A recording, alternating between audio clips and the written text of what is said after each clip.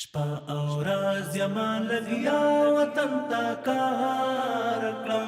په اخلاص او سپېڅلتیا وطن ته کار کړم په اخلاص او سپېڅلتیا وطن ته کار کړم شپه او ورځ یما لګیا وطن ته کار کړم په اخلاص او سپېڅلتیا وطن ته کار کړم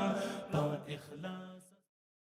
د افغانستان اسلامي امارت ټولګټو وزارت د ځایي خلکو د هوساینې او ترانسپورتي ستونزو د حل په موخه د قوشتېپې درزاب نښلوونکي سړک چې یو 50 کیلومتره اوږدوالی لري او د جوزجان ولایت د قوشتېپې ولسوالۍ څخه تر درزاب ولسوالۍ پورې رسیږي په 3 برخو ویشلی دی چې رغنیزې چارې یې د شاوخوا 1.5 میلیارده افغانیو په ارزښت له 3 بېلابېلو ساختماني او سړک جوړونې شرکتونو سره قرارداد کړي دي او دا مهالې رغنیزې چارې عملاً جریان لري. یاده پروژه په 3 برخو یا لاټونو ویشل شوې ده چې لومړی لاټ یې له نواباد سیمې څخه تر تراغلې سیمې پورې د 19.8 کیلومتره اوږدوالی لري. د سړک په دغه برخه کې د 2 پایو لویو پلونو او د 26 پایو پلګوټو د رغونې کار هم شامل دی. د قوشتېپې درزاب اتصالي سړک دویم لاټ له تراغلې سیمې څخه تر شربیک سیمې پورې 19.4 کیلومتره اوږدوالی لري چې په اوږدو کې یې د 450 پایو پلګوټو د 1904 متره استنادي دیوالونو او د 498 مترو په اوږدوالي سره